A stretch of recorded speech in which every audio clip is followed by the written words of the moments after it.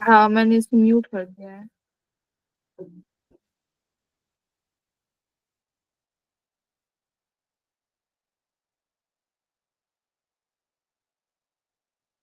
Class में है ही नहीं, मतलब ये प्रेजेंट ही नहीं है।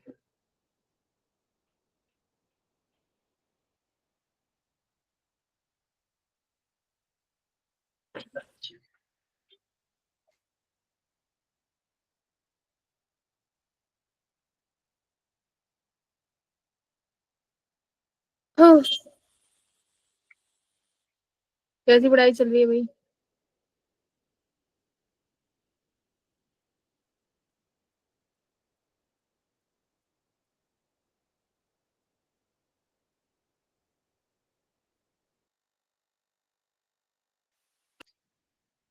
आज कौन सा चैप्टर शुरू करेंगे हम लोग?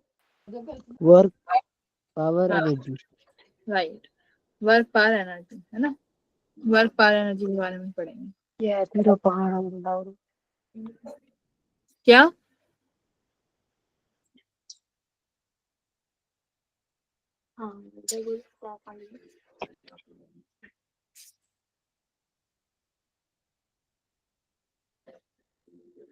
नहीं नहीं, ये तुम्हें भी पढ़ना पड़ेगा।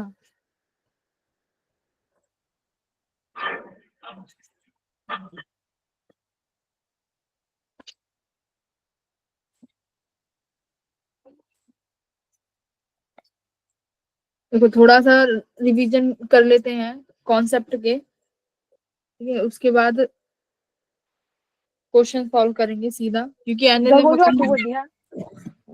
क्या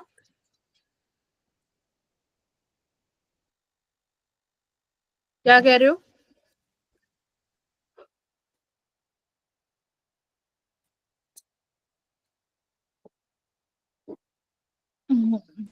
क्या कह रहे हो? आवाज ही नहीं आ रही है क्या?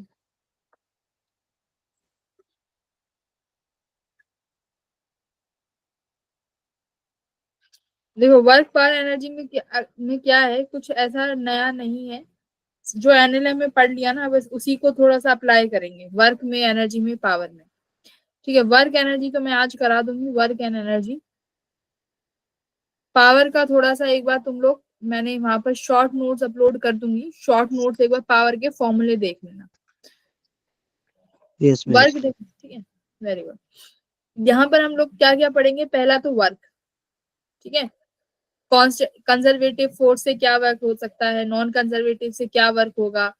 दूसरा हम लोग देखेंगे कि अगर फोर्स जो है वेरिएबल है, फोर्स अगर वेरिएबल है तो हम लोग कैसे वर्क निकालेंगे। तो देखो, वर्क का फॉर्मूला हमारे पास क्या होता है? F dot S. Yes ma'am. Dot हमारे पास क्या होता है? फोर्स और डिस्प्लेसमेंट के बीच का एंगल। Yes ma'am. फोर्स और डिस्प्लेसमेंट के बीच में क्या एंगल बन रहा है, वहां से हम लोग अपना वर्क निकाल लेंगे। अब देखो, अगर ये फोर्स अगर हमारा वेरिएबल होता है तो हम क्या करते हैं? पहले छोटा सा डी डब्ल्यू निकालते हैं, yes ma'am. F D x. फिर उसको हम लोग जितने डिस्टेंस के लिए हमें चाहिए होता है, हम लोग उस वर्क को इंटीग्रेट करके निकाल लेंगे। दूसरा सबसे मोस्ट इंपॉर्टेंट जो थ्योरम आती है, वो आती है हमारी work energy theorem. Work energy theorem. Work energy theorem क्या कहती है बच्चों? Work done by all the forces, है ना। कि जितने भी वर्क डन है, यस मैम। जितने भी वर्क डन एक बॉडी पे हो रहे हैं, वो सारे, सॉरी, जितने भी फोर्सेस के कारण किसी भी ऑब्जेक्ट पे वर्क हो रहा है, वो सब और सब किसके बराबर होगा? चेंज इन काइनेटिक एनर्जी के काइनेटिक एनर्जी। बराबर। हाँ, चेंज इन काइनेटिक एनर्जी के बराबर होगा। तीसरा आता है हमारा मैकेनिकल एनर्जी कंजर्वेशन, है ना। Yes ma'am. अब देखो, मैकेनिकल एनर्जी कंजर्वेशन हम कब लगा सकते हैं? जब हमारी फोर्स कैसी हो? कंजर्वेटिव फोर्स हो। कंजर्वेटिव। क्योंकि यहाँ पर हम लोग पोटेंशियल एनर्जी का यूज करते हैं कि initial yes ma'am. Total potential energy plus initial total kinetic energy, वो फाइनली किसके बराबर हो जाती है? पोटेंशियल प्लस काइनेटिक के फाइनल। kinetic energy final तो ये हो गई हमारी मैकेनिकल कंजर्वेशन का फॉर्मूला। तो यही तीन मम्मी मम्मी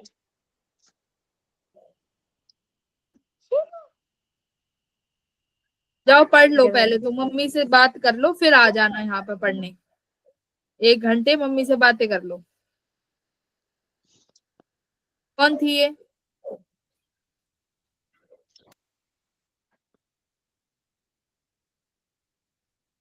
ठीक है, तो mechanical energy conservation, total energy equals to total final energy, ये हो गई हमारी एनर्जी कंजर्वेशन। तीसरा और क्या, और कौन कौन से फॉर्मूले और क्या क्या पढ़ते हैं यहाँ पे? बाकी सिर्फ और सिर्फ होती है इनकी एप्लीकेशन। सिर्फ और सिर्फ हमें क्वेश्चन लगाने से ये समझ में आएगा कि ये वर्क एनर्जी थ्योरम और मैकेनिकल एनर्जी कंजर्वेशन है क्या। पढ़ने में तो बहुत इजी लग रहा है, जब सवाल लगाएंगे एक्चुअली में उनका एप्लीकेशन तब आएगा। ठीक है, तो देखो पहला सवाल तुम्हारी स्क्रीन पे है ये।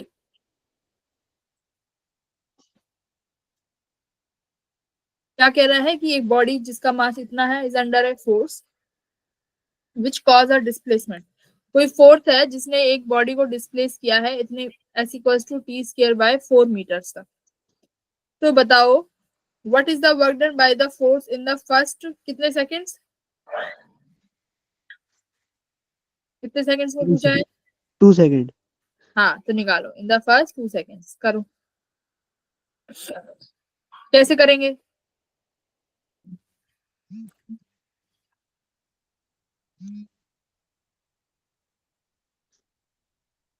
इंटीग्रेशन से 0 से 2 फोर्स। इंटीग्रेशन लगाओगे? चलो इंटीग्रेशन लगा के देखो कैसे कर पाओगे।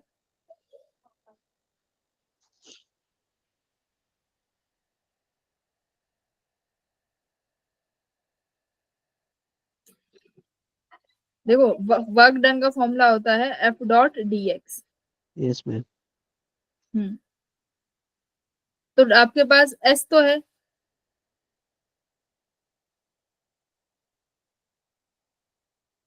ये आया आपके पास t by two, yes d ma'am x d x आया है टी बाई टू। अब force करनी है कैलकुलेट में हम्म देखो इतना सब कुछ करने से बेटर मैम है कि एस और टी दे रखा है, यहाँ से ए निकाल लेंगे जिससे फोर्स आ जाएगा। हाँ, एक्सेलरेशन निकाल के। इतना लंबा करने से इतना एक्सीलरेशन निकालो, फिर उसको फॉर्मूले में रखो, फिर D S D by D T निकालो, उससे अच्छा है देखो work equals to work done by all the forces equals to change in kinetic energy. मुझे नहीं पता कितने कौन से फोर्सेस कौन से वर्क डन कर रहे हैं, बस मुझे पता है मुझे final velocity minus initial velocity अगर मैं निकाल लूं मेरा काम बन जाएगा। 1/2 मास की value 6 v final square minus v initial square. Time displacement है, टाइम निकाल ही लेंगे, सॉरी डिस्प्लेसमेंट है, वेलोसिटी निकाल लेंगे। कितना आ जाएगा वेलोसिटी? t/2 इनिशियल वेलोसिटी यानी टाइम कितना होगा 0, तो वेलोसिटी कितनी आ गई 0। 0 फाइनली टाइम कितना होगा 2, 2 वेलोसिटी कितनी आ जाएगी v 1 आ जाएगा 1 2t/4, ये होगा 2t/4 और ये t/2 और ये आ गई टाइम इक्वल टू वेलोसिटी 1 आ गई। यहाँ पे रख लो 1/2 इंटू 6, v फाइनली 1 है तो इंटू 1, तो कितना जूल आ गया 3 जूल। तो कितना काम हुआ है 3 जूल का काम हुआ है। जब भी एक बात ध्यान रखो, जब भी डिस्प्लेसमेंट टाइम में दी हो ना, कभी भी ये इंटीग्रेशन वाला मेथड मत यूज करना, लेंथ ही पड़ेगा। तुम बस फाइनली जिस समय पर तुमसे वर्क डन पूछा है टाइम पर, उसका v फाइनल निकाल लो, इनिशियली t 0 पे निकाल लो और चेंज इन काइनेटिक एनर्जी निकाल लो t से, क्योंकि जब s t में है ना तो पहले एक्सीलरेशन निकालनी पड़ेगी, दिक्कत आ जाएगी। तुम्हें ये लगाना है वर्क एनर्जी थ्योरम, ठीक है? yes ma'am ये वाला करो।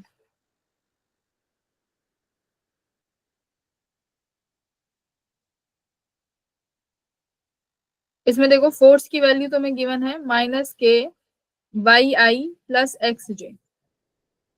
अब क्या कह रहा है, एक्स एक्सिस ए से 0 चली है, वाई एक्सिस 0 से ए चला है? A particle is taken along the positive x-axis to the point a0 and then parallel to the y-axis.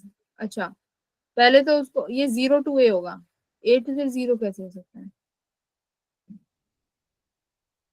Taken along the positive x axis, मतलब 0 से पहले a पे लेके गए हैं एक्स एक्सिस में, फिर क्या बोला है, parallel to the y axis, y axis में भी कहां तक लेके गए हैं, a तक।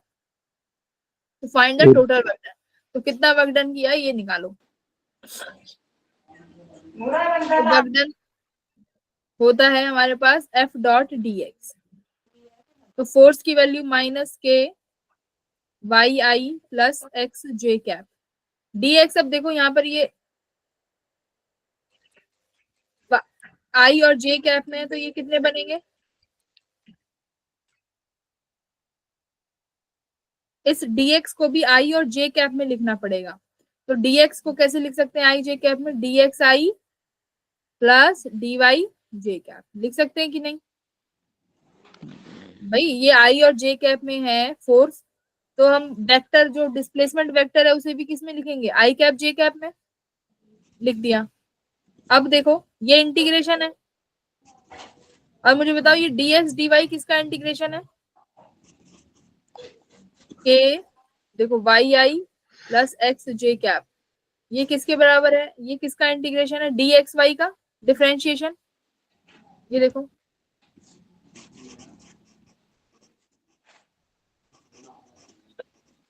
वाई डी एक्स हो जाएगा ना,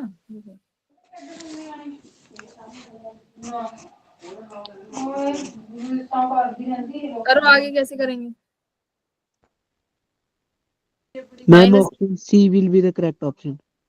हाँ ये हो जाएगा y d x i cap plus x d y j cap, है ना, ये इक्वेशन ऐसे बन जाएगी। और ये यस हमें मैम। पता है ये किसके बराबर होता है हमारा, माइनस के into differentiation of x y, right, D से इंटीग्रेशन इससे ये कट जाएगा, और यस वैल्यू मैम। क्या है 0 to a, तो एक्स वाई की वैल्यू रखोगे तो कितना आ जाएगा, माइनस के ए स्क्वायर। Yes ma'am. तो option C will be your correct answer, ठीक है। Yes ma'am. तो हमेशा याद रखना, जिस वेक्टर में अगर फोर्स अगर वेक्टर में है तो जो डिस्प्लेसमेंट लिखेंगे वो भी वेक्टर में ही लिखेंगे। अच्छा ये वाला बताओ जरा,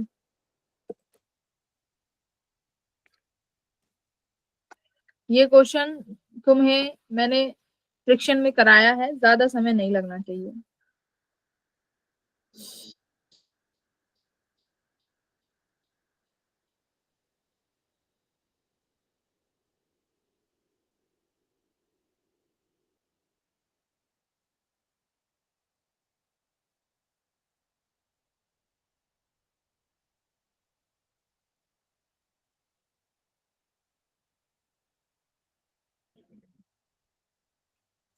फ्रिक्शन में क्वेश्चन कराए थे ना, ये वाला मिनिमम फोर्स निकाली थी टू पुल द ब्लॉक,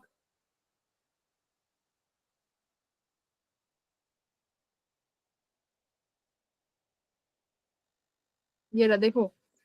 अब फोर्स किसी एंगल थीटा पे लग रहा है विद द हॉरिजॉन्टल, हमने फोर्स निकाली थी ना, कितनी आई थी, mu m g upon cos theta plus mu sine theta आया था ना ये। Yes ma'am.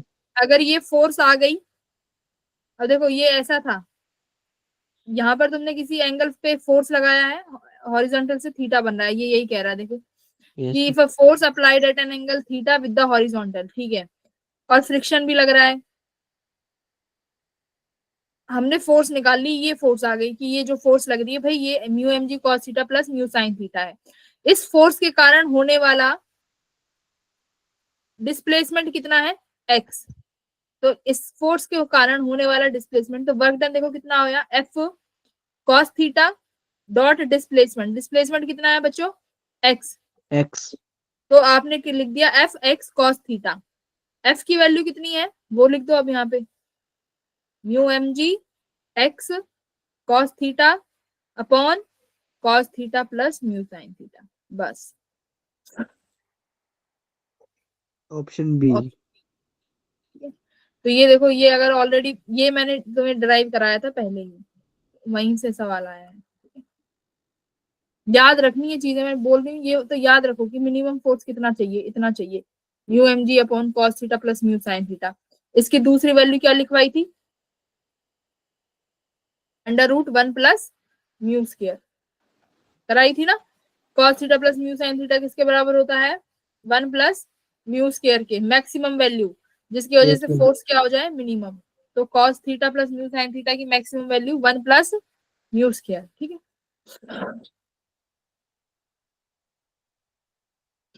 ये बताओ चलो।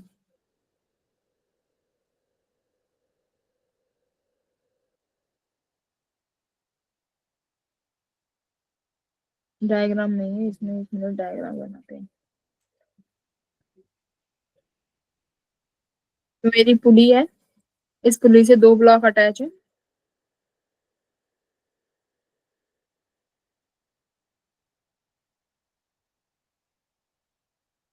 ये ऊपर जा, बस ये ब्लॉक नीचे आ रहा है, ये ब्लॉक ऊपर जा रहा है। इसको सिस्टम बना दो, इस सिस्टम को ऊपर एक्सीलरेट करा रही हूँ। ठीक है, ये पूरा सिस्टम ऊपर एक्सीलरेट करा दिया। अब बताओ कि वर्क डन, जो टेंशन है वो कितना वर्क डन करेगी? पहला विद रिस्पेक्ट टू एलिवेटर, दूसरा विद रिस्पेक्ट टू ग्राउंड। अब देखो एलिवेटर के रिस्पेक्ट में है, इसका मतलब ऑब्जर्वर किसके ऊपर बैठा है? एलिवेटर के ऊपर बैठा है ना, एलिवेटर में, एलिवेटर पे एलिवेटर के ऊपर बैठा हुआ है। तो एलिवेटर के ऊपर बैठा हुआ है तो उसको ये एक्सीलरेशन, ये जो फ्रेम है वो कैसा लगेगा? रुका हुआ। रुका हुआ लगेगा, बस। उसे लगेगा ही नहीं कि ये फ्रेम चल रहा है। मतलब मैं इसको अब इनर्शियल फ्रेम मान सकती हूँ, है ना, हम्म। मान सकते तो हैं। स्यूडो तो फोर्स भी लगेगा फिर। रुको रुको, हाँ सूडो फोर्स देखो तब लगाते जब एक्सीलरेशन पूछता।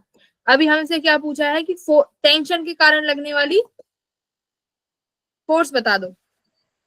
सॉरी, फोर्स टेंशन के कारण लगने वाला वर्क डन। तो देखो टेंशन कहाँ लग रहा है, टेंशन कहाँ लगेगा? ये ब्लॉक एम जी नीचे जा रहा है, टेंशन इधर लगा टी। ये ब्लॉक एम जी ऊपर जा रहा है, टेंशन यहाँ लगा टी। अब हाँ, ये जितने से नीचे जाएगा उतने से ये ब्लॉक ऊपर उठेगा, हाँ या ना? हाँ। Yes ma'am. भाई M2 जितने से नीचे जाएगा उतने से M1 ऊपर उठेगा ना। तो हाँ। अब यस। वर्क डन क्या होगा? फोर्स इनटू डिस्प्लेसमेंट, है ना। अच्छा, M2 के कारण टेंशन ऊपर लग रही है, फोर्स। डिस्प्लेसमेंट कितनी मानी है मैंने? लेट डिस्प्लेसमेंट x नीचे है, एक्स। तो जी। x नीचे टेंशन ऊपर, फोर्स और डिस्प्लेसमेंट के बीच में एंगल कितना?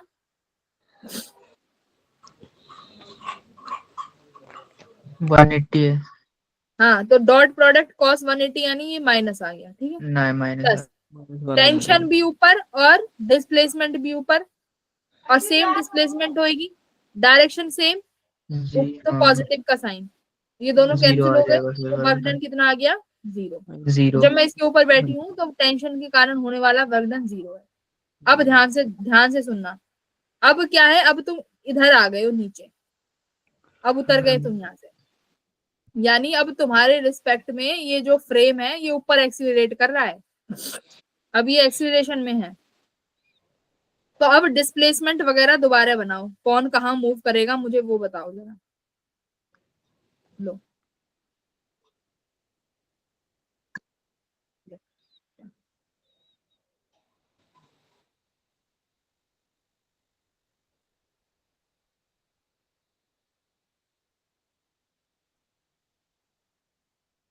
वही डायग्राम है।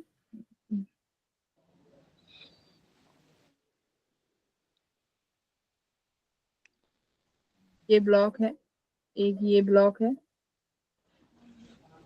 ये ब्लॉक नीचे आ रहा है और ये ब्लॉक ऊपर आ रहा है, बस इतना गिवन है। और ये पूरा एक सिस्टम है, ये सिस्टम ऊपर की तरफ मूव कर रहा है। देखो कहाँ मूव कर रहा है, ऊपर की तरफ। पूरा सिस्टम ऊपर जा रहा है एक्सेलरेशन ए से, यानी ये पुली ऊपर जा रही है ए एक्सेलरेशन से। अभी भी ma'am work done by tension zero ही आएगा। ना, नहीं नहीं नहीं नहीं नहीं, वर्क डन बाय टेंशन अभी भी 0 नहीं आएगा। गड़बड़ हो गई क्या? 0 नहीं आएगा, निकालो।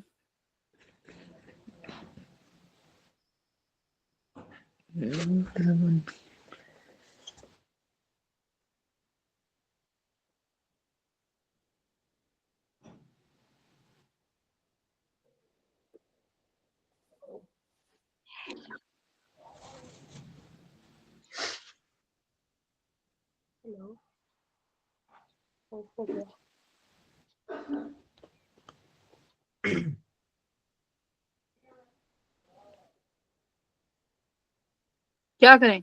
देखो पूरा सिस्टम ऊपर जा रहा है, अब तुम ग्राउंड पे बैठ के देख रहे हो क्या होगा। पहले तो डायग्राम में फोर्सेस बनाओ।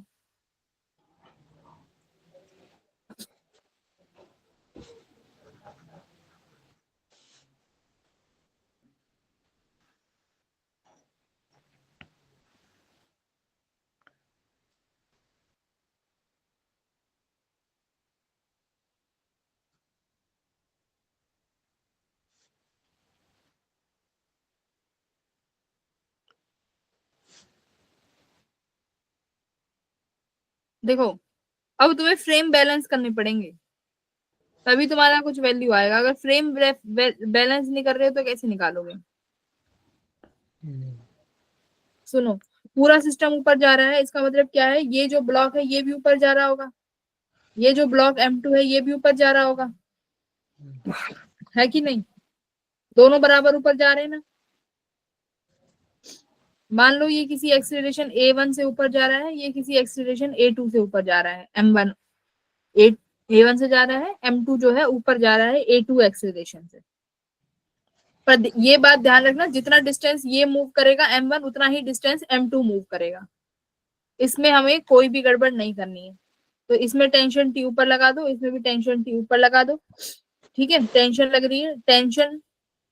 अब वर्क डन निकाल दो, वर्क डन बाय टेंशन। तो देखो M1 में लगने वाली जो टेंशन, टेंशन तो सेम रहेगी, इतना मालूम है। फोर्स तो हमारा किसके डिपेंडेंट नहीं होता, फोर्स तो फ्रेम डिपेंडेंट रहता है। जितना टेंशन लग रहा होगा उतना टेंशन अभी भी लगेगा, राइट? तो टेंशन अभी भी, फोर्स जो लग रही है टेंशन की लग रही है। अब हमें निकालनी है डिस्प्लेसमेंट। मान लो M1 ब्लॉक जो है कितना डिस्प्लेस करेगा, E1 मान लो S1 प्लस दूसरा ब्लॉक भी कितना डिस्प्लेस किया है, मान लो S2 डिस्प्लेस किया है। ठीक है, क्योंकि एक्सीलरेशन अलग अलग मानी है A1 A2।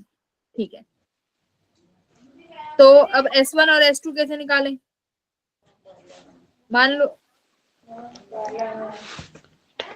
यहां से निकाल लो हाफ AT स्क्वायर से। ठीक है, मतलब कितने T टाइम में, ये पूछा तो है ना, इन टाइम T। ये इन T टाइम में क्या वर्क डन आएगा, तो T टाइम में चाहिए।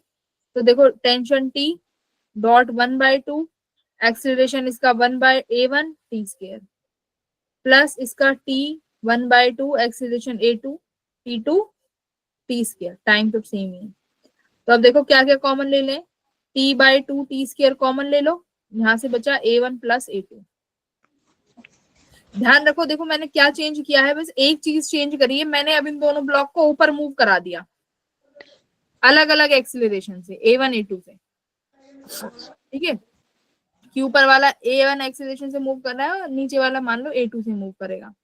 अब होगा क्या, देखो ये जो ये वाला पॉइंट है ये तो A एक्सीलरेशन से मूव कर रहा है, ऊपर वाली ये वाली पुली तो A से मूव कर रही है, ये लेंथ। तो ये दोनों लेंथ किसके बराबर मूव करनी चाहिए मुझे बताओ?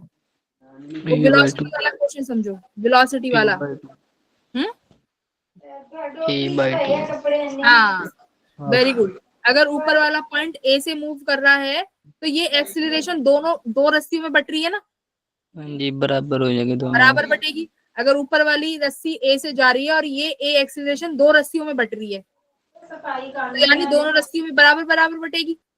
Yes ma'am. बस यही इसमें यही था, वेलोसिटी की जगह बस एक्सीलरेशन का चेंज है।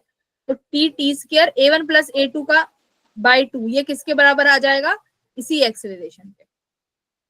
ठीक है, तो ये क्या है, इतना वर्क डन करा है टेंशन ने, कितना T/AT स्क्वायर। बस इसमें इतना ही चेंज था बच्चों कि क्या चेंज था, टेंशन इनटू डिस्प्लेसमेंट करी। डिस्प्लेसमेंट मानेंगे कि अलग अलग है, क्योंकि एक्सीलरेशन हम लोग अलग अलग लेके चल रहे हैं। एक्सीलरेशन अलग अलग लिखी, फॉर्मूला लिखा S1 का half AT square, half AT square लिखा। अब इसके बाद देखो क्या लिखा, ऊपर वाला अगर A से मूव कर रहा है तो नीचे वाली जो दो रस्सियां उनमें बराबर बराबर एक्सीलरेशन बटनी चाहिए। अगर और भी नहीं चाहिए था ना, तुम्हें इतना पता होना चाहिए था ये भी A/2 से मूव करेगी। देखो तुम्हें इतना पता होना चाहिए था, अगर ये वाली पुली A से मूव कर रही है और ये दो मासेस हैं यहाँ पे, ठीक है, तो ये भी A/2 से पुली मूव करनी चाहिए और ये भी A/2 से मूव करनी चाहिए, है ना। तो ये वाला Yes. कॉन्सेप्ट था यहाँ पे बस। तो तुम ऊपर भी टेंशन तुम्हें पता है, ऊपर यहाँ भी टेंशन, तो तुम लिखते हैं tension into displacement plus tension into displacement, क्योंकि आपकी बात डिस्प्लेसमेंट भी ऊपर है टेंशन भी ऊपर है, और डिस्प्लेसमेंट का फॉर्मूला निकाल लिया हाफ AT स्क्वायर। तो T half A/2 T square, वही करके लेते और आंसर आ जाता। चलो अब इसका आंसर दो। क्लियर है ये क्वेश्चन। Yes ma'am. तो वेलोसिटी हो या एक्सीलरेशन, वो बराबर बराबर बटेंगी दो रस्सियों में। अब इसका इसका जवाब दो।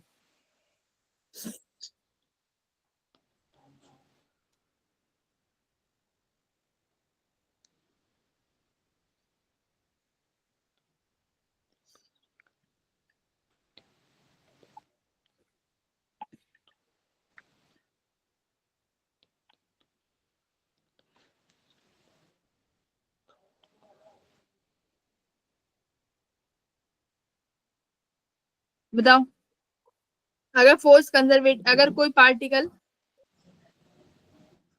टेंजेंशियली मूव कर रहा है, sorry, A particle moves along the curve, किसी कर्व के अलोंग मूव कर रहा है एक particle, but magnitude of the force is and always constant. and always act along the tangent to the curve. Option A. But magnitude of force is constant. So magnitude constant है, always along the tangent to the curve. तो force जो है वो tangent के along लग रही है।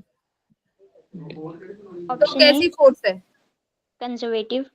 Conservative force. यही होगा। Tangent के along। मान लो अगर ये कर्व सर्कल है, सुनो, अननोन कर्व है, ठीक है, अननोन शेप है, अगर ये शेप में सर्कल बना दूं, सर्कल पे कंजर्वेटिव फोर्स कहाँ लगती है?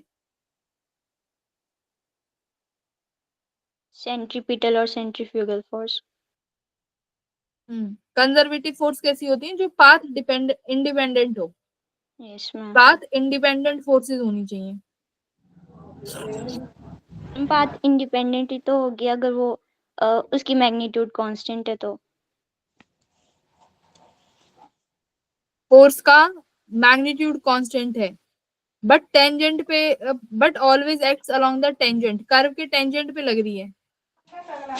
देखो पहली बात तो ये याद रखो, जो कंजर्वेटिव फोर्सेस होती हैं वो हमेशा लाइन ज्वाइनिंग फोर्सेस होती हैं। अगर किसी भी ऑब्जेक्ट में वो लग रही है तो वो सेंटर टू सेंटर एक्ट करती हैं, ठीक है। टेंजेंशियल फोर्स कौन सी होती है? ज्यादातर फ्रिक्शन फोर्स पड़ी है ना। Yes ma'am. Yes, magnitude ma'am. कैसा रहता है? कांस्टेंट। Constant. फ्रिक्शन फोर्स का मैग्नीट्यूड क्या रहेगा? काइनेटिक फ्रिक्शन ले लो, मैग्नीट्यूड कैसा है? कांस्टेंट है। Constant. फिर भी कैसी फोर्स है? Non non conservative. Conservative, Non-conservative. ठीक है। तो ये जो एग्जांपल है ये किसका एग्जांपल है? Force must be non conservative, ठीक है। तो ये हमारी फोर्स 100% जो है नॉन कंजर्वेटिव होगी। पहला तो इसलिए कि टेंजेंशियली लग रही है, दूसरा टेंजेंशियली लगती है वो फोर्सेस हमारी फ्रिक्शन की तरह हो सकता है कि बिल्कुल नॉन कंजर्वेटिव फोर्सेस है। चलो ये तो पता ही, ये तो तुम बता ही दोगे। बताओ जरा, क्लोज्ड, किसी कंजर्वेटिव फोर्स के कारण अगर मैं कंप्लीट कर्व, क्लोज्ड कर्व का वर्क वो निकालूं, वर्क डन, तो क्या आना चाहिए? Zero. Zero. Very good, 0. Very good. तो कंजर्वेटिव ये जो लिखा होगा, अगर F.dl आ जाए और बोले कि F is the conservative force, तो वर्क डन क्या होगा? तो आंख बंद करके 0 लिख देना। ये जो साइन 0. है ये क्या है? क्लोज्ड इंटीग्रल का। क्लोज्ड इंटीग्रल मतलब है इस पूरे क्लोज्ड पाथ का इंटीग्रेशन किया है, चलो ये वाला बताओ जरा। क्या कह रहा है कि 1 मीटर की स्टिक ली हुई है, मैं समझा देती हूँ। 1 मीटर की स्टिक है जिसका मास इतना है, अभी हम जो भी है मैं एम मास में डील करूंगी कि एम मास है इसका, is provided at one end, metre provided at one end and displaced through an angle 60 डिग्री। ठीक है,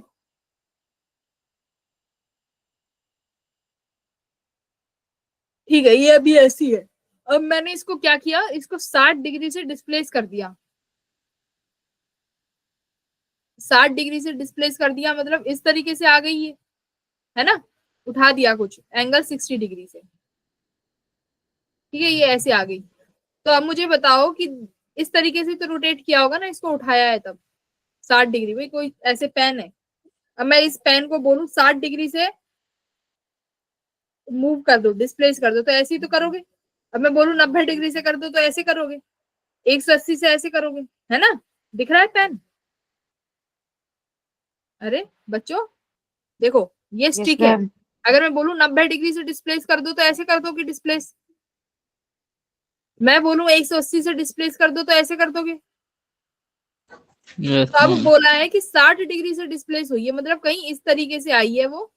अब वो एंगल जो है वो 60 डिग्री है। ठीक है, तो अब ये एंगल 60 डिग्री से डिस्प्लेस कर दी गई। अब बताओ कि increase in the potential energy कितना है।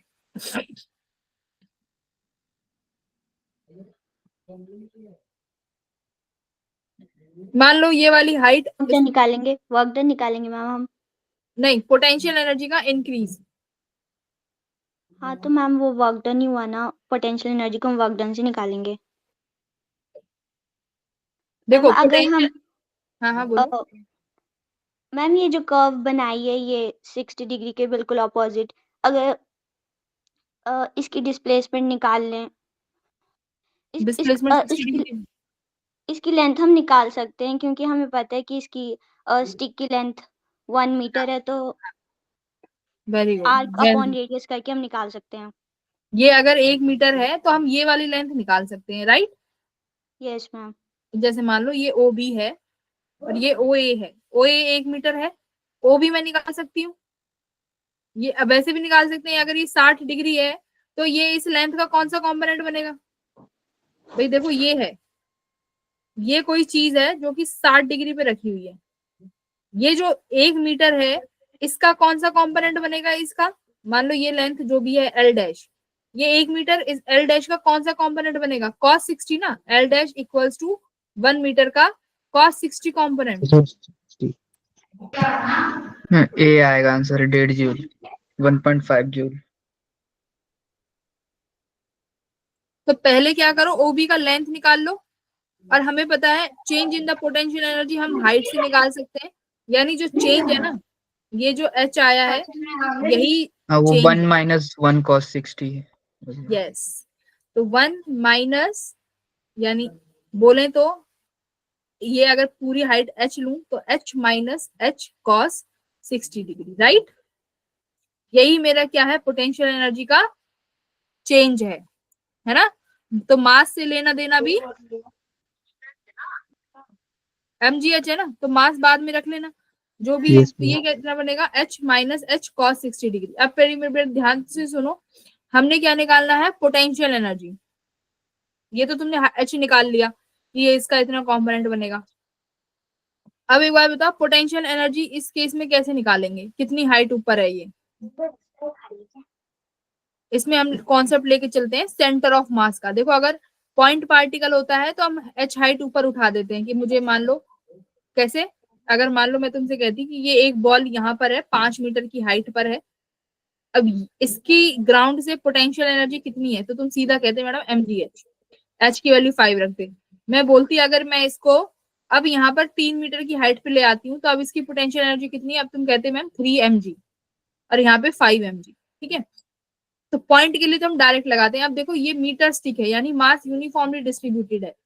इसका अब पोटेंशियल एनर्जी कैसे निकालोगे, इस स्टिक का, इस नॉर्मल स्टिक का पोटेंशियल एनर्जी कैसे निकालते हैं, सेंटर ऑफ मास पे। मान लो ये h हाइट दूरी पर है पूरा, इस बॉडी का पोटेंशियल एनर्जी बच्चों हम कैसे लेते हैं, सेंटर ऑफ मास यानी h/2 पे। तो इस बॉडी का इनिशियली पोटेंशियल एनर्जी mgh/2 था, फाइनली mgh/2 cos 60 डिग्री हो गया, ठीक है, लेंथ वाइज। तो ये आएगा तुम्हारा पोटेंशियल एनर्जी का चेंज। ऐसे ही निकाला है, बाय 2 कराया कि नहीं किया है? देखो mgh/2 करेंगे, पॉइंट पार्टिकल के लिए हम पूरा पूरा हाइट लेते हैं। अब की बार क्या है, ये पूरी मीटर स्टिक है। तो जब भी जैसे चेन वाले क्वेश्चंस करे होंगे, चेन में जब हम हाइट लेते हैं तो उसका हाइट का कौन सा कॉम्पोनेंट लेते हैं, सेंटर ऑफ मास वाला। याद करो, नहीं पता तो अभी हम लोग करेंगे। तो ऐसे क्वेश्चंस में हम लोग पोटेंशियल एनर्जी का जब भी लिखते हैं तो सेंटर ऑफ मास से लेते हैं। क्लियर है? अरे भाई, जैसे कि मान लो ये एक स्टिक है जो वर्टिकल रखी हुई है h हाइट पे, ठीक है। मैं बोलूं कि मुझे इसकी पोटेंशियल एनर्जी बता दो कितनी है, तो क्या बताओगे? mgh थोड़ी बोलोगे, इस स्टिक की क्या बोलोगे कि इस स्टिक की पोटेंशियल एनर्जी कितनी है, mgh/2 बोलोगे। क्योंकि हम लोग कैसे लेके चलते हैं, सेंटर ऑफ मास से पोटेंशियल एनर्जी का। भाई इस पॉइंट के लिए कुछ होगी, इसके लिए कुछ कम होगी, इसके लिए कुछ होगी, इस पॉइंट के लिए कुछ और कम होगी, तो हम एवरेज ले लेंगे। तो वही एवरेज मतलब बोलते हैं उसको फिजिक्स के टर्म में सेंटर ऑफ मास। तो कितना आया, mgh/2। फिर इसको आपने कुछ एंगल डिस्प्लेस कर दिया, एंगल 60 डिग्री। अब ये कितना बनेगा, h का cos 60 कॉम्पोनेंट। तो इसको अब यहां से माइनस करोगे तो mgh/2 माइनस mgh/2 cos 60 डिग्री। ठीक है, अब क्लियर है? हाँ या ना तो बोल दो। हाँ तो जब भी अगर कोई yes regular ma'am. Mass body हो तो उसमें पोटेंशियल एनर्जी पूछे तो हमेशा सेंटर ऑफ मास से लेके बताना h की वैल्यू को। ये बताओ,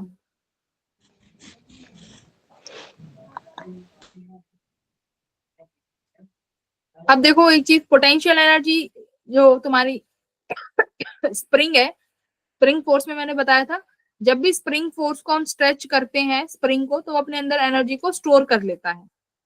अब इसमें बोलो कि पोटेंशियल एनर्जी कितनी आई है स्ट्रेच स्प्रिंग की, करो।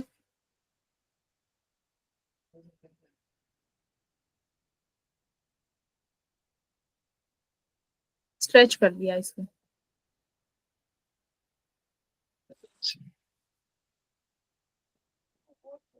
ये डिस्प्लेसमेंट y है, mg नीचे एक्ट कर रहा है। जब ये स्ट्रेच हुई है तो ऊपर रीस्टोरिंग फोर्स लग रहा होगा kx। Yes ma'am. और स्प्रिंग पोटेंशियल एनर्जी स्टोर कितना करता है, हाफ हाफ के k। स्क्वायर हाँ हाँ, स्क्वायर। Half k। ये जिस तो इतने अमाउंट ऑफ एनर्जी स्टोर होती है। तो अब देखो kx किसके बराबर है, mg के। Yes ma'am. सॉरी, ये x नहीं है, ये y है, तो आप k y स्क्वायर लिख लो। तो के वाई तो हो गया एम जी, एक वाई एज इट इज रह जाएगा, ठीक है। तो हाफ एम जी वाई। ये देखो, अब ये पूछ रहा है कि फोर्स कंजर्वेटिव है या नहीं, कैसे प्रूव करते हैं बताओ जरा, कैसे प्रूव करते हैं? अगर हमारा कर्ल ऑफ एफ 0 आ जाए। अब कर्ल क्या होता है, डिटर्मिनेशन आई जे के derivative, partial yes derivative ma'am. निकाल लो, del by del x, del by del y, देखो डेल बाय डेल जेड। किसका करेंगे ये पार्शियल डेरिवेटिव, तुम्हारे फोर्स का। तो एक्स की वैल्यूज आई के साथ, जे कैप की जे कैप के साथ, ठीक है, जेड की जेड के साथ, -1 रख दिया, पार्शियल डेरिवेटिव लिखा, वैल्यूज रखी। अगर इसको सॉल्व करके वैल्यू 0 के बराबर आ गई, दैट मीन्स कैसा फोर्स है, कंजर्वेटिव कंजर्वेटिव। फोर्स। कंजर्वेटिव मानो छोटी छोटी वैल्यूज दे देते हैं तुम्हें पेपर में, कहते हैं कि बताओ कौन सा फोर्स कंजर्वेटिव है। तो सभी वैल्यूज को सॉल्व करे, उसमें एक ही फोर्स ऐसा होगा जिसका कंजर्वेटिव 0 आ रहा होगा। तो जो 0 है वो फोर्स कंजर्वेटिव है, ठीक है। Partial derivative curl F equals to 0।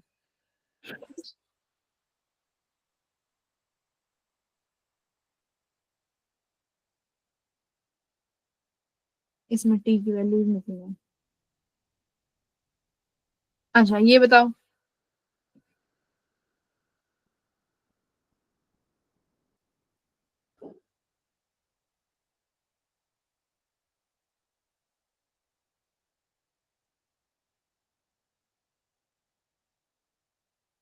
एक मास कुछ ट्रेवल डिस्टेंस को ट्रेवल करने के बाद रेस्ट पे आ जाता है, रेस्ट से कुछ डिस्टेंस ट्रेवल करता है किसी फोर्स के अंदर, तो बताओ कि जो काइनेटिक एनर्जी एक्वायर्ड करी है वो किसके डिपेंडेंट है या इंडिपेंडेंट है?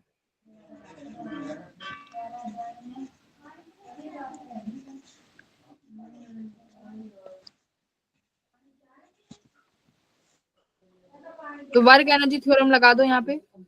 कांस्टेंट फोर्स है मान लो कोई भी, इनिशियली काइनेटिक एनर्जी 0 है, फाइनली कुछ आ गई होगी, काइनेटिक एनर्जी थ्योरम लगा दो, work energy theorem. P option है।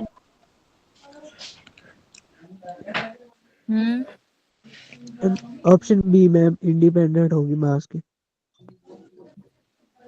हाँ पास के, अच्छा रुक जाओ देखते हैं, आंसर तो नहीं है इसका मेरे पास।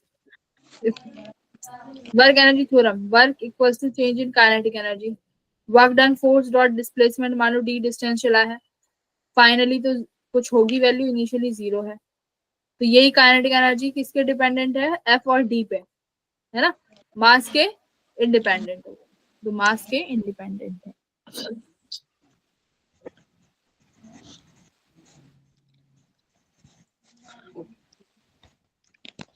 चलिए ये वाला करिए,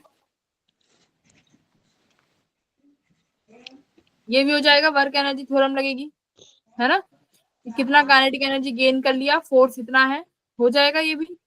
yes ma'am.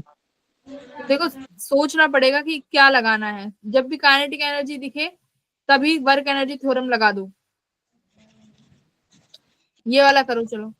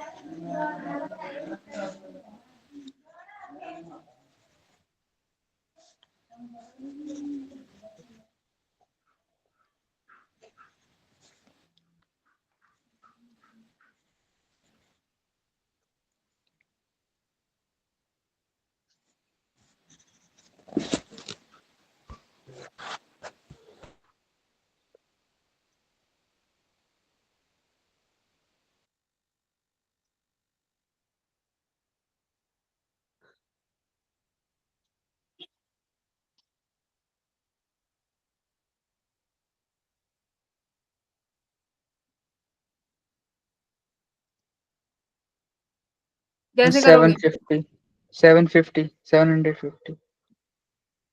Yes ma'am, very good, 700। Very good, 750। क्या किया सिर्फ और सिर्फ? Work energy theorem. Very good, work energy theorem लगाइए, work energy theorem, work energy theorem, है ना, कि अगर कोई ऑब्जेक्ट, सिंपल सी बात है, कोई ऑब्जेक्ट अगर ऊपर से वर्टिकल डिस्टेंस से फॉल हो रहा है तो उसके पास कौन सी एनर्जी होगी? Potential energy. रास्ते में आते आते वो एनर्जी कंजर्व रहेगी, कुछ पोटेंशियल में कुछ काइनेटिक में। जैसे ही वो जस्ट बिफोर द ड्रॉप होगा उसकी एनर्जी किस में रहने वाली है? सिर्फ और सिर्फ काइनेटिक एनर्जी में। तो पोटेंशियल को काइनेटिक के बराबर कर दो, जो कि कभी नहीं आएगी, तो उसमें से माइनस कर दोगे तो इसका मतलब है वो सारी एनर्जी जो भी आई है वो लॉस हो चुकी है। ठीक है, 750 joule. Very good, well done बच्चों। ये जरा सॉल्व करो,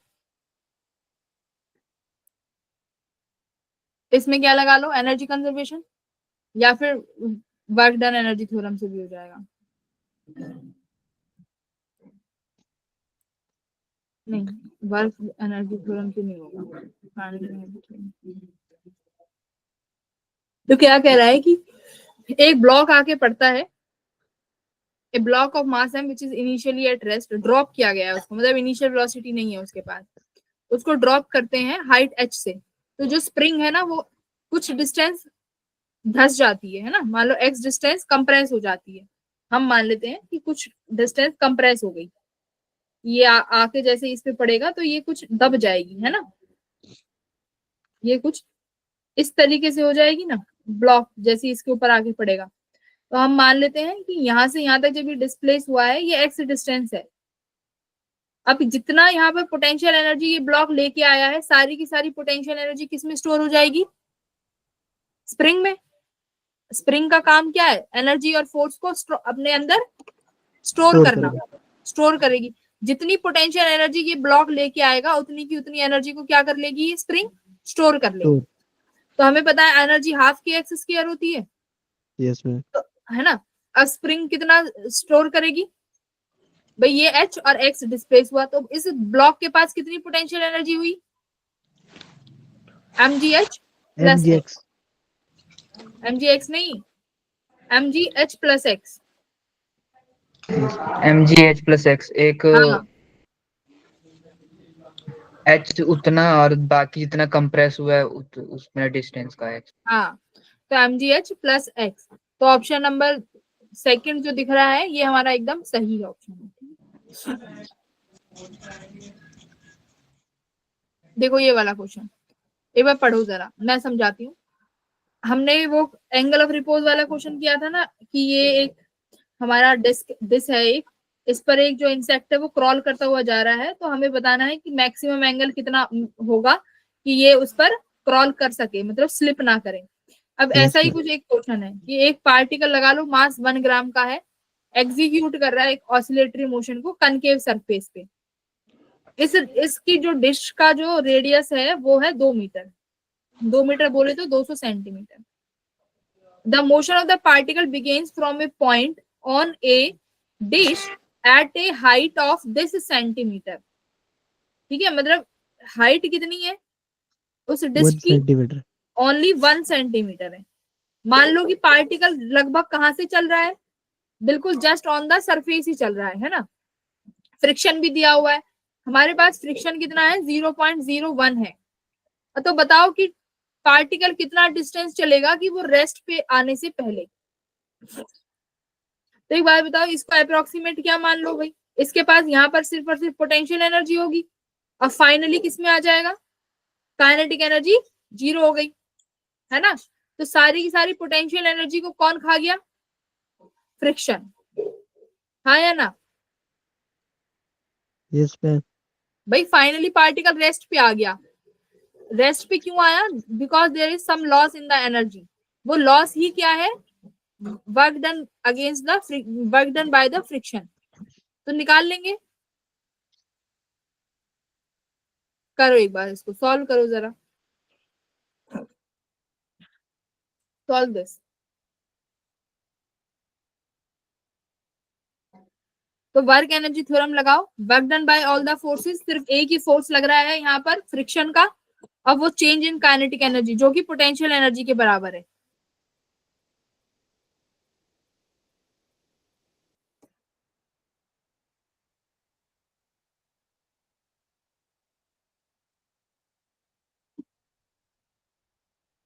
पोटेंशियल एनर्जी mgh है, मास 1 ग्राम, ये 10, हाइट 1 सेंटीमीटर। तो कितना आ गया देखो उसमें आया है ये, अभी 10 आ गई पोटेंशियल एनर्जी। 10 कितना जूल आया है, जूल नहीं है मिली जूल होगा, ग्राम सेंटीमीटर क्या बनेगा, वो तो किलोग्राम मीटर होता है ना।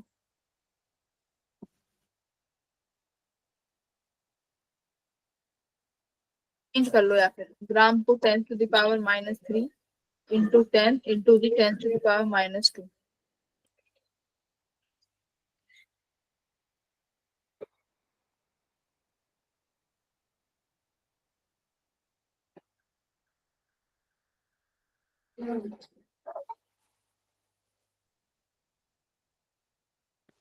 या फिर इसी पोटेंशियल एनर्जी को हम फ्रिक्शन के बराबर कर दें,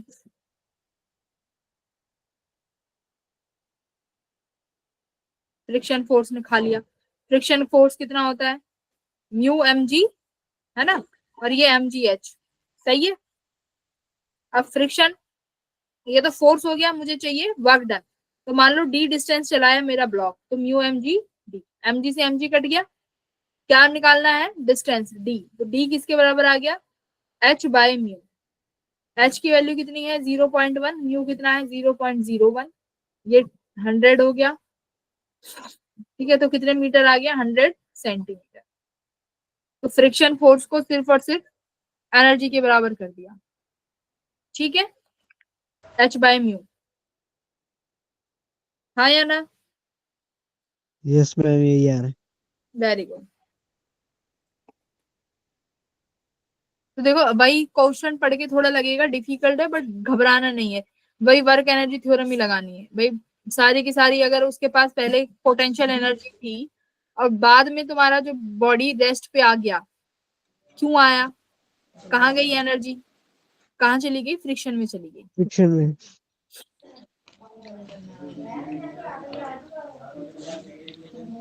अच्छा, ये वाला देखो जरा, ये वाला क्वेश्चन बताओ।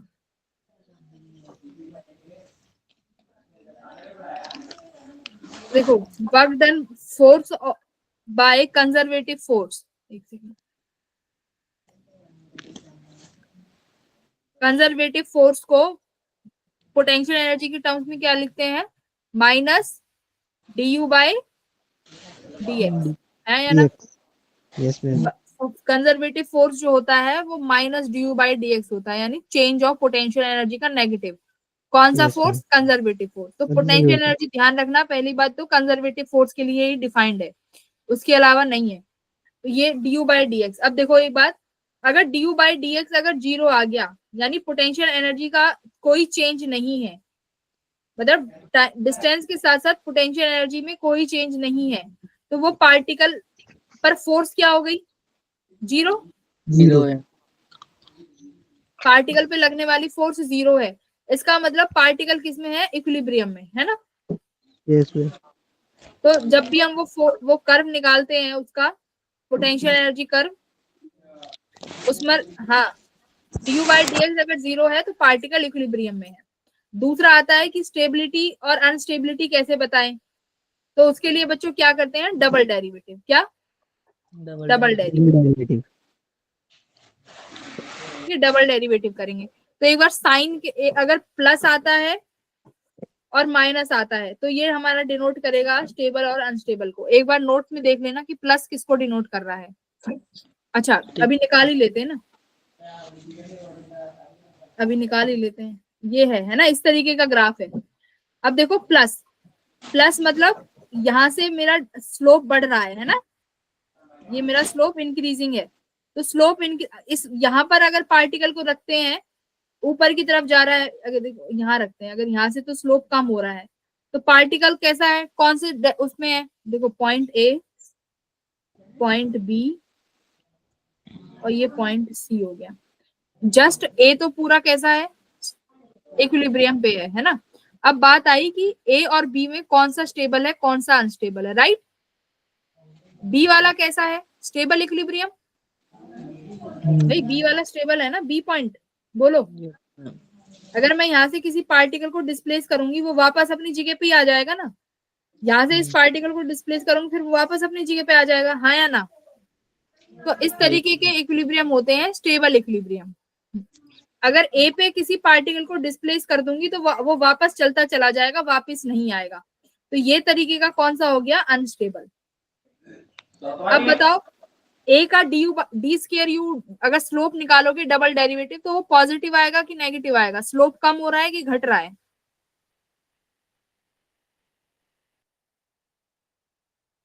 अरे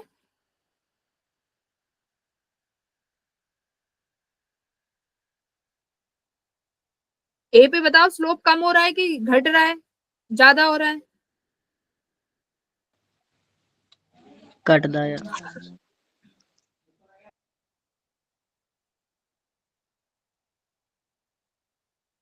तो ए पॉइंट कैसा है? अनस्टेबल इक्विलिब्रियम है ना? हाँ जी। हाँ, तो स्लोप घट रहा है, तो मतलब नेगेटिव अगर आता है डबल डेरिवेटिव, तो कैसा इक्विलिब्रियम है? अनस्टेबल। अरे भाई, इतना सोच रहे हो? अभी तक ये पॉजिटिव नेगेटिव रटना थोड़ी है। देखो, मेरे को भी याद नहीं था, बट हमने डायग्राम बना के देख लिया कि इस तरीके का डायग्राम होता है ना? अब देख, ये पोजीशन है या तो ए या बी। ए पे पार्टिकल अनस्टेबल है, इतना मालूम है, यस मैम। क्योंकि छोड़ेंगे तो पार्टिकल वापस नहीं आने का। तो ए पॉइंट हो गया अनस्टेबल और बी हो गया स्टेबल। अब ये कैसे बताएं अनस्टेबल और स्टेबल का? इक्वेशन से कैसे पता चलेगा? तो double derivative. D square u by d square x. अब याद कैसे रखेंगे, देखो ए पे तुम्हें पता है अनस्टेबल है और स्लोप क्या होता जा रहा है, कम होता जा रहा है, तो डी स्केयर यू बाय मतलब नेगेटिव में जा रहा है, तो स्लोप नेगेटिव आए तो पार्टिकल अनस्टेबल, तो ए वाला नेगेटिव। अब बी वाला देख, इसका स्लोप क्या होता जा रहा है, पॉजिटिव की तरफ जा रहा है, तो d square u by d x square अगर पॉजिटिव आता है तो पार्टिकल कैसा है, स्टेबल में। ठीक है, इस Stable. तरीके से याद करेंगे। ठीक है, तो स्टेबल अनस्टेबल और ये देख लिया। अब एक बार देखो ये वाला पोटेंशियल एनर्जी की इक्वेशन गिवन है, ये पोटेंशियल एनर्जी की, देखो ध्यान से सुनो, बहुत ऐसे सवाल मिल जाते हैं पेपर में। क्या कह रहा है, टोटल मैकेनिकल एनर्जी 2 जूल है, तो मुझे बताओ मैक्सिमम स्पीड कब होगी। तो एक बात बता, अगर मैक्सिमम स्पीड पूछ रहा है इसका मतलब काइनेटिक एनर्जी कैसी है, सॉरी मैक्सिमम, और पोटेंशियल एनर्जी क्या है, मिनिमम, हाँ या ना। Yes ma'am.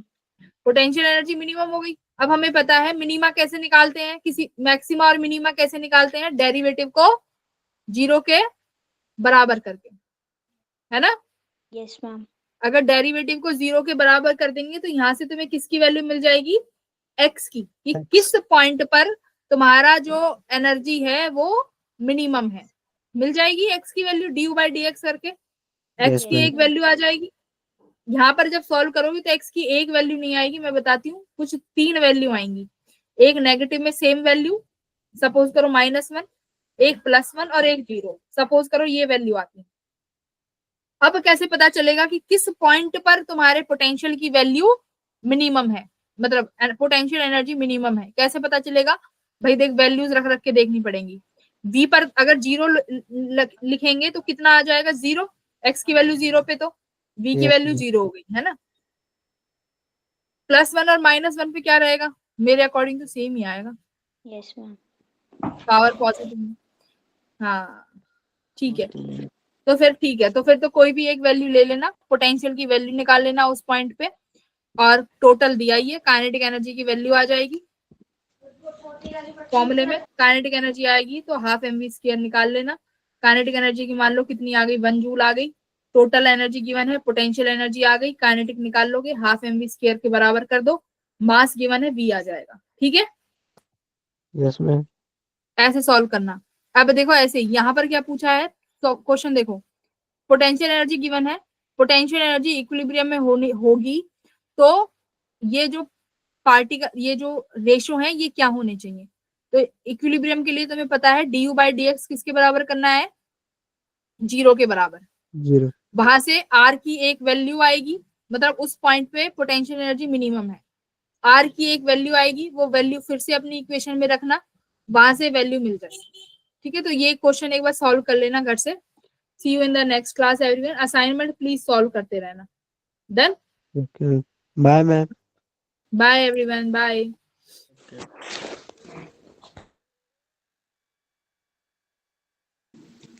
Okay.